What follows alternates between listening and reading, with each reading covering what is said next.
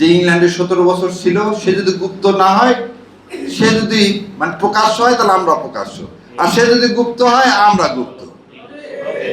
কেউ শিরং থেকে যদি গুপ্ত না হয় আমরা গুপ্ত।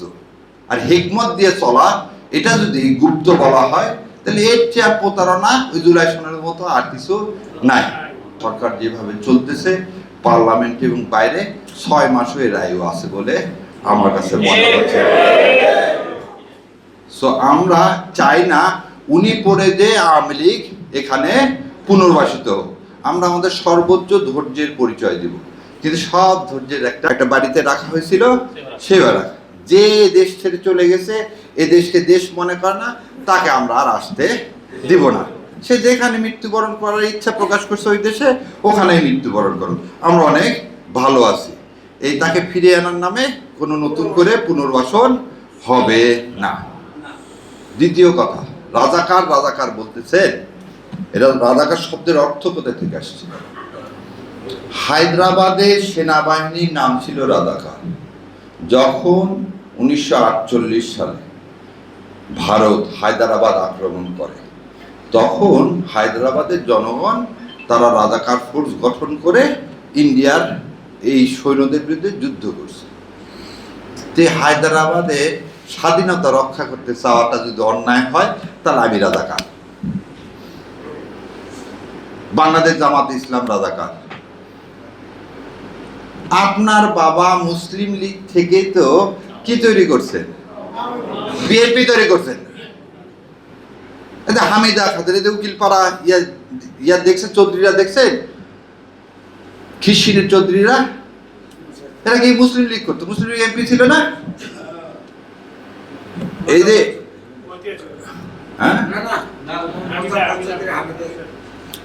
হামিদা বেগম ছিল বিএনপির সময় এমপি। এই যে আপনারা ভুলে গেলে হবে, এই উকিলপাড়ার ইতিহাস বলিয়ার হাউসের পরে তিনটা বাড়ি, এই তিনটা বাড়িরাই ছিল মুসলিম লীগের নেতা। তারা পরবর্তীতে জিয়াউর রহমানের সময় বিএনপিতে যোগ দিয়েছে। জাদু মিয়া কোথায়? নীলফামারীর এখানে। সে জাদু মিয়া হচ্ছে কে ছিল? ভাসানী ন্যাপের সাধারণ সম্পাদক। এই ধানের শীষ প্রতীক। মৌলানা ভাসানী 70 সালে ইলেকশন করছে? না, করেন। মৌলানা ভাসানীকে ভারতে 71 সালে গৃহবন্দী করে রাখা হলো। তাহলে যে লোকগুলো বলল ভারত বাংলাদেশকে হায়দ্রাবাদ বানাবে, তারা কি অন্যায় বলছিল? আজকে আপনি আবার দেশকে ভাগ করার পরিণতি শেখ হাসিনা দেখায় দিচ্ছে। তারপরে যদি আপনি স্বীকার না করেন, যেভাবে একটু আগে বললেন না, বাংলাদেশের গোড়ালি কেটে ফেলে দেওয়ার চেষ্টা করা হচ্ছে। এটা শিবিরের গোড়ালি কেটে ফেলে দেওয়া হয়নি। আমার যে ভাইয়ের চিটাঙ্গে গোড়ালিটা কেটে ফেলে দিচ্ছে রামদা দিয়ে, ওটা শিবিরের না, ওটা বাংলাদেশের কেটে ফেলে দেওয়া হচ্ছে। কারণ আজকে তেলের অভাবে সামনে সার পাবেন না, তাহলে ধান হবে কিভাবে? আমি তো কালকে রাতে দেখলাম লাইন দিয়ে সব ট্রাক দাঁড়ায় আছে, সবগুলো সবজি। এই তেল পাবে কখন? ঢাকা দেবে কোন? অর্ধেক সবজি তো পচে যাবে, তাহলে দুর্ভিক্ষ আসবে না? এগুলো থেকে আপনার চোখ সরায় নেওয়ার জন্য কি হচ্ছে? আপনাকে সমস্ত জায়গায় কি করছে? ছাত্রদল যে শিবিরের উপর আক্রমণ করতেছে। এবং আরো একটা জিনিস মনে রাখেন, এইটাকে বলুন, আরো বলবে মব।